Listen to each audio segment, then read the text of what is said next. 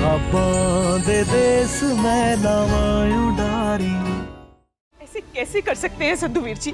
इतनी बड़ी बात कैसे छुपाई उन्होंने हमसे? फतेह तो चला गया, कम से कम तेजो यहाँ होती तो मन को तसल्ली रहती।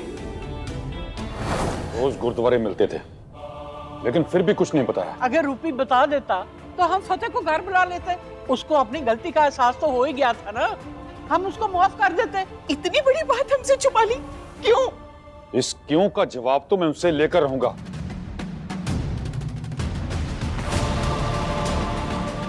नहीं खुशबीर, जरा ठंडे दिमाग से सोचो, कोई ना कोई बात जरूर होगी, वरना वो ऐसे बंदे नहीं हैं। बंदे जैसे भी हों बाबूजी, मैं नहीं समझता कि कोई वजह इतनी बड़ी हो सकती है कि सब कुछ जानते हुए भी एक माँ बाप से उनके बेटे की सच्चाई छुपाई जाए।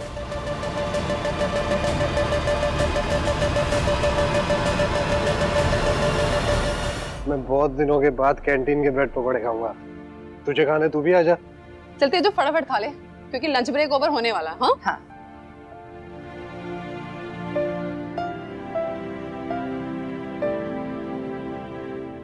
चल बुझो मैं।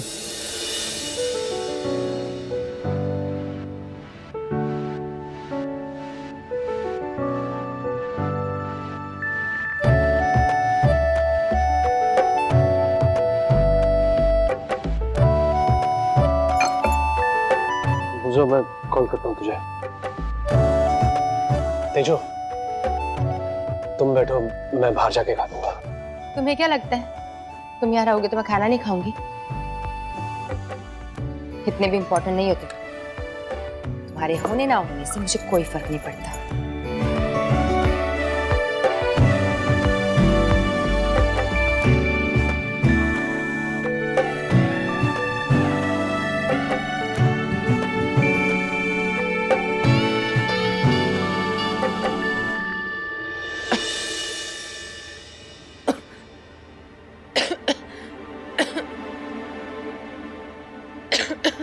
तेजो ये लो पानी पियो।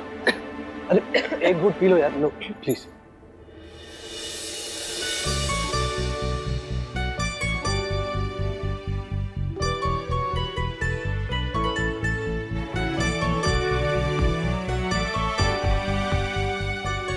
थैंक गॉड मैं यहाँ पे था, वरना पता नहीं क्या हो जाता। तुम यहाँ नहीं होते तो शायद ये भी नहीं होता। कुछ कहा तुमने? कुछ नहीं।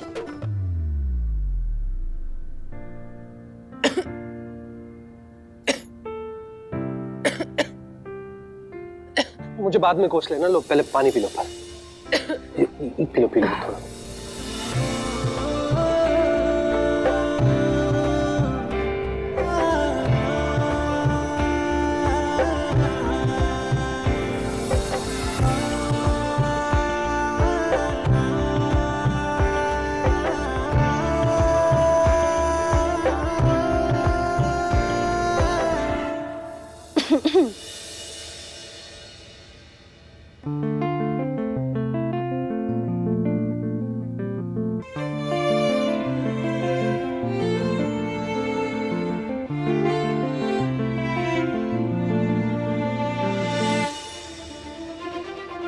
संधू साहब, संधू साहब, संधू साहब। सत श्री अकाल वीर जी। सत श्री अकाल बहन जी।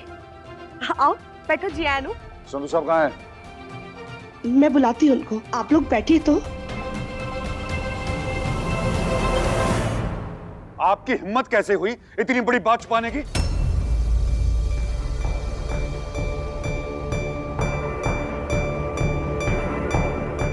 मैं समझा नहीं विरक साहब। समझे तो हम नहीं संधू साहब कि किस जन्म की दुश्मनी निकाली है आपने हमसे। आपको सब कुछ पता था ना कि फतेह कनाडा नहीं गया और ना ही उसने जैस्मीन से शादी की है, और ना ही जैस्मीन से उसका कोई रिश्ता रहा है, और फिर भी आपने हमें कुछ नहीं बताया। मुझे लगा था कि हमारा रिश्ता समझियों से बढ़कर दोस्तों का हो चुका है। मैं समझता था कि हमारे बच्चों के दो माँ बाप हैं, उन्हें किसी किस्म की कोई तकलीफ नहीं होगी। फतेह और जैस्मीन ने तेजो के साथ जो किया, उसने दो परिवारों को एक दर्द के रिश्ते से जोड़ दिया था। हमारी दर्द की साझेदारी थी ना संधू साहब, फिर ये पर्दादारी क्यों दिखाई? और आप तो माँ है ना, आपको दूसरी माँ पे तरस नहीं आया? आपने तो देखा है ना मुझे फतेह के लिए रोते हुए, इतना तड़पते हुए। आप इतने पत्थर दिल कैसे हो सकती है सत्ती जी, कैसे? इसे भी कुछ नहीं पता था बहन जी। असल में मेरे घर वालों को भी तभी पता चला उनके बारे में जब आप लोगों को पता चला। वाह संधू साहब, वाह वाह संधू साहब, क्या यारी निभाई है। इतनी बड़ी बात छुपा के बैठ गए और किसी को कानों कान खबर नहीं हुई। आपको नजर नहीं आ रहा था कि हम फतेह को लेकर किस दर्द से गुजर रहे थे। गुरप्रीत ने खाना पीना तक छोड़ दिया था। दिन रात माता रानी के सामने बैठकर रोती रहती थी कि कोई एक खबर आ जाए कनाडा से फतेह की। और मैं अपने बेटे के लिए दिल में नफरतें पाली बैठा था और वो बेचारा प्रायश्चित कर रहा था। क्यों किया ऐसा आपने? बताइए, बोलिए, क्यों छुपाई ये बात? आपको जवाब देना ही होगा, बोलो। हाँ, हाँ दूंगा मैं जवाब, जरूर दूंगा।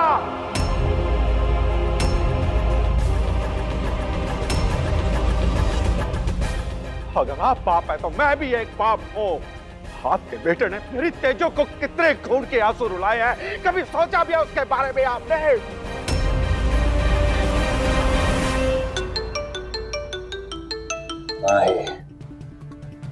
हाँ भाई बोल। वीर जी, रूपी अंकल और पापा, मुझे डर लग रहा है कि उनकी हाथापाई ना हो जाए।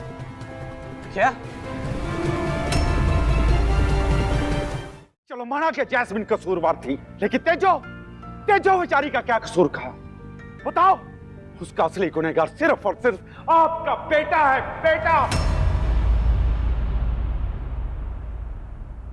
हाँ, नहीं है कोई हमदर्दी मुझे आपके बेटे के साथ।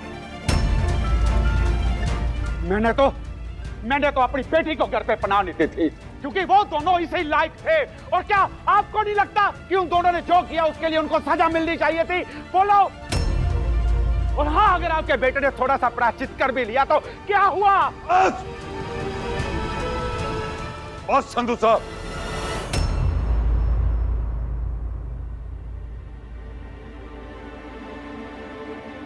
तेजो,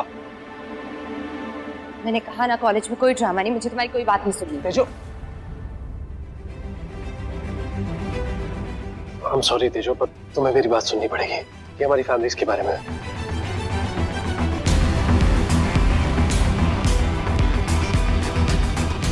क्या? चलो प्लीज। मुझे लगता था कि आप फतेह से नाराज हैं, और होना भी चाहिए, पर इसका यह मतलब नहीं कि एक बेटा अपने परिवार से दूर रहे और आपको सब कुछ पता होते हुए भी आप चुप रहें। इस हरकत के लिए मैं आपको कभी माफ नहीं करूंगा, कभी माफ नहीं करूंगा मैं आपको।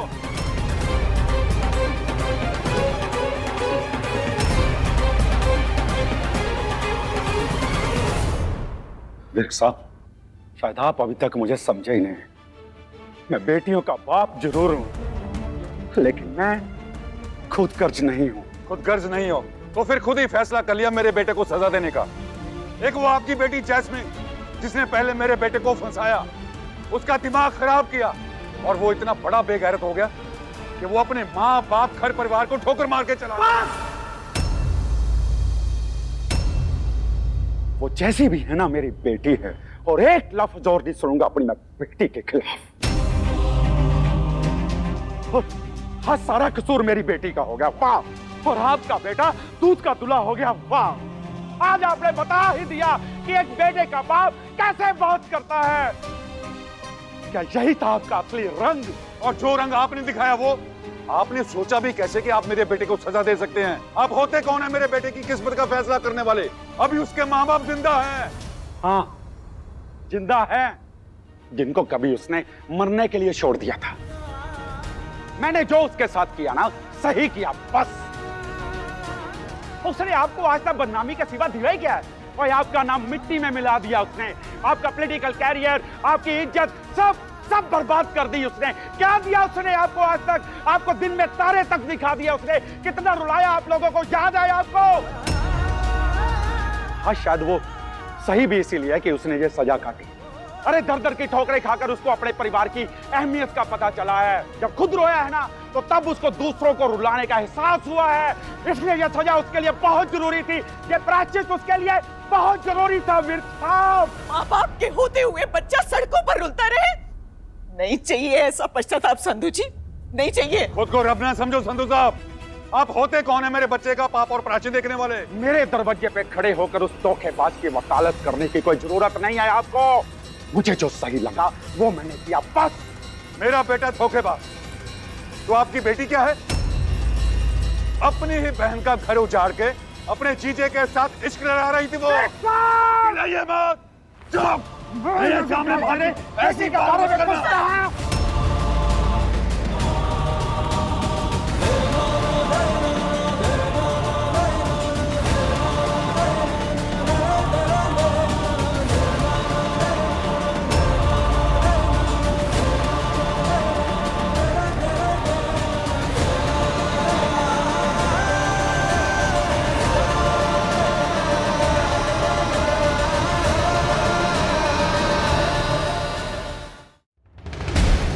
छोड़ो मुझे। अरे इनको इनकी बातों का जवाब दे रहा हूँ, छोड़ मुझे।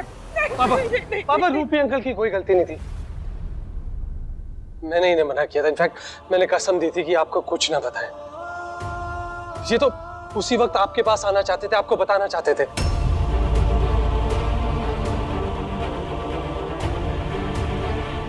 उस वक्त मैं अपने गिल्ट में बहुत दबा हुआ था। मैं तो आप सब लोगों से दूर जाना चाहता था, लेकिन मुझे पता था कि जैस्मिन यहाँ जरूर आएगी और यहाँ के पता नहीं क्या कहेगी, किसी को नहीं पता। इसलिए मैंने सोचा कि मैं खुद ही आके इनको सब कुछ बता दूं। इसीलिए मैं आया पापा। मैं आपको पहले ही बता चुका हूं कि मैं घर क्यों नहीं आना चाहता था। मैं नहीं चाहता था कि आप सबको पता चले कि जैस्मिन और मैं अब साथ में नहीं है। पापा, रूपी अंकल ने सिर्फ मेरी कसम का मान रखा है, मेरी बात का मान रखा है। आपसे झूठ बोल के ये आपकी फीलिंग्स को हर्ट नहीं करना चाहते थे, आपको धोखा नहीं देना चाहते थे। ये सब मेरी गलती है। पते ने कहा और आपने मान लिया। बच्चे नादानियां करते हैं, आप तो बड़े थे, कम से कम आपको समझना चाहिए था। पापा प्लीज, पापा बहुत हो गया, प्लीज घर चलिए।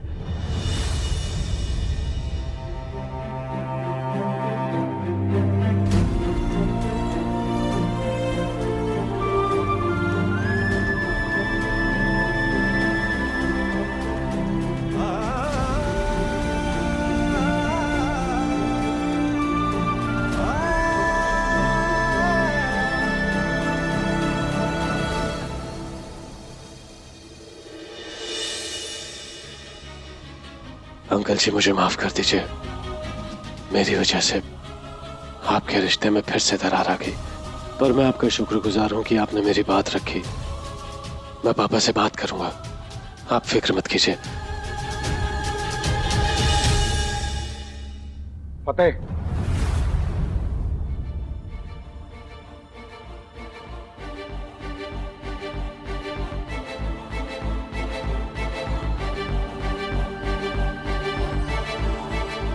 मेरी तेजो से दूर रह।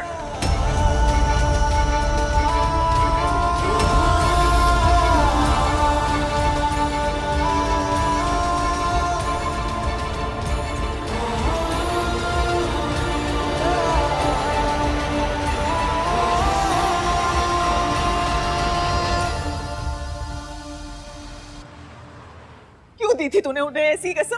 क्यों गया उनके पास? घर क्यों नहीं आया? मम्मी, मैंने जो कुछ किया तेजो के लिए किया। मुझे तेजो के लिए ये करना पड़ा। मैं नहीं चाहता था यहाँ आके मैं आपका वो सपना जगा दूं जो मैंने तेजो से छीन के जैस्मिन को दे दिया है। मुझे लगा तेजो अंगद से प्यार करती है, उसे पसंद करती है, उससे शादी करना चाहती है, उसके साथ खुश रहेगी। इसीलिए मैं सबसे दूर जाना चाहता था। तूने फतेह और जैस्मिन की खुशी के खातिर वो अंगद से नकली से गाय करी थी। ऊपर से ये दोनों भी ऐसे लौट आए थे। क्या क्या क्या क्या करता मैं? फतेह की दी हुई कसम की परवाह किए बिना अगर मैं विर्क साहब को सब बता भी देता, लेकिन मुझे तेरा ख्याल आया पुत्र, मेरी बच्ची का ख्याल आया। क्योंकि मैं अच्छी तरह जानता था कि एक सामना तुझे अपने घर की बहू बनाना चाहते किसी भी हाल में। अगर उनको ये पता चलता कि फतेह वापस आ चुका है तो वो तुझे उससे मिलाने की कोशिश जरूर करते। और फतेह, तू ये भी तो देखना कि जो तूने सोचा वैसा कुछ भी नहीं निकला। तेजो अंगद से प्यार नहीं करती, वो उससे शादी नहीं करना चाहती। जानता हूँ दीदी, इसीलिए तो वापस आया हूँ ना। वो रोज गुरुद्वारा आते थे, मैं भी जाता था, और वो रोज सिर्फ तेरी शादी की बात करते थे। वो अंगद से तेरी शादी करवा के सिर्फ और सिर्फ अपने बेटे के गुनाहों को माफ करना चाहते थे, बस और कुछ नहीं। मैं सब देख रहा था, मैं सब समझ रहा था, लेकिन मैं क्या करता। सच्चाई तो सिर्फ मुझे बताती था, मुझे, तेरी भी और उस फतेह की भी। पापा प्लीज, जो कुछ भी हुआ उसमें रूपी अंकल की कोई गलती नहीं है। आप प्लीज रूपी अंकल के लिए अपने दिल में कोई गलत बात मत रखिएगा, प्लीज।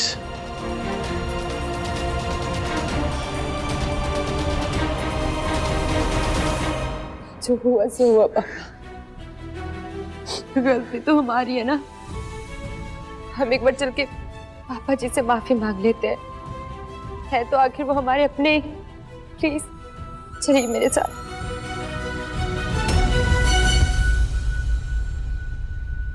पापा चलिए। ना पुत्र ना, मैं विक साहब और अपने रिश्ते की कदर करता हूँ। वो बड़े भाई जैसे है मेरे, मैं मानता हूँ उनको, लेकिन मैंने कोई गलती शलती नहीं किया। मैंने सिर्फ और सिर्फ जो किया है वो अपनी बच्ची के भले के लिए किया है पुत्र, एक बाप होने के नाते किया है मैंने। और मैं उस फतेह को कभी माफ नहीं करूंगा, नहीं करूंगा। मैं फतेह को कभी माफ नहीं करूंगा। मेरी मत मारी गई थी, सारी गलती मेरी है। मुझे थोड़ी पता था कि तूने रूपी अंकल को इतनी बड़ी कसम चढ़ाई हुई है कि वो किसी को कुछ ना बताए। अगर मुझे इस बारे में पता होता तो मैं बिल्कुल भी घर आके पापा को कुछ ना बोलती। कोई बात नहीं दीदी, एक ना एक दिन तो यह होना ही था।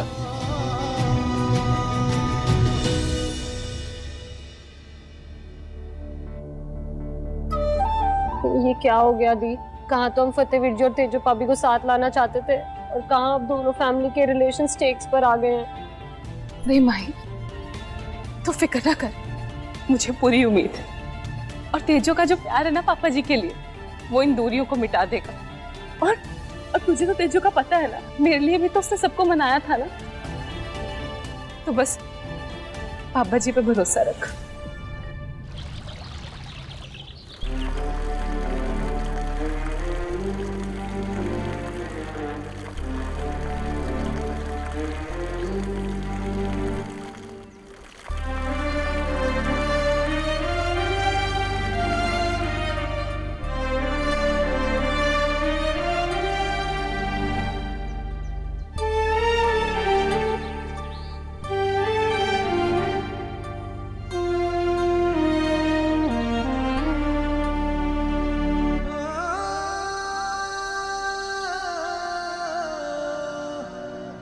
पुत्र तू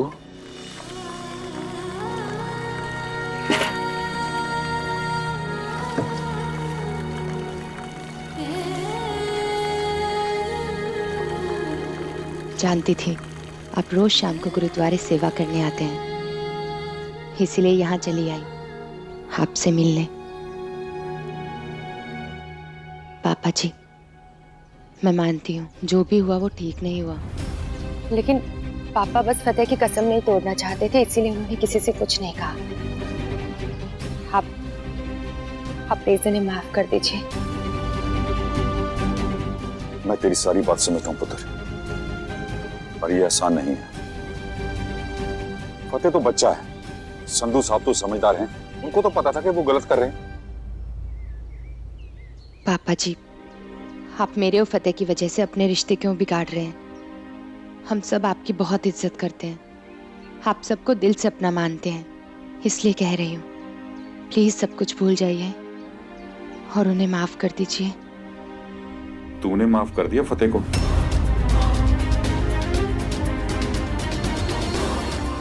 उस बात का इस बात से क्या लेना देना है पापा जी? सारी बातों का इसी बात से लेना देना है पुत्र। फतेह ने जो तेरे साथ किया उसी ने संधू साहब को मजबूर किया ये सब करने के लिए। फतेह तुम्हें खुश देखना चाहता था, इसलिए उसने संधू साहब को कसम दी कि हमें कुछ ना बताए। और संधू साहब तेरी तकलीफ नहीं बढ़ाना चाहते थे, फतेह से नाराज थे, इसलिए उन्होंने भी हमसे झूठ बोला। ये उलझे हुए रिश्ते तभी सुलझ सकते हैं पुत्र, जब तो फतेह को माफ कर देगी।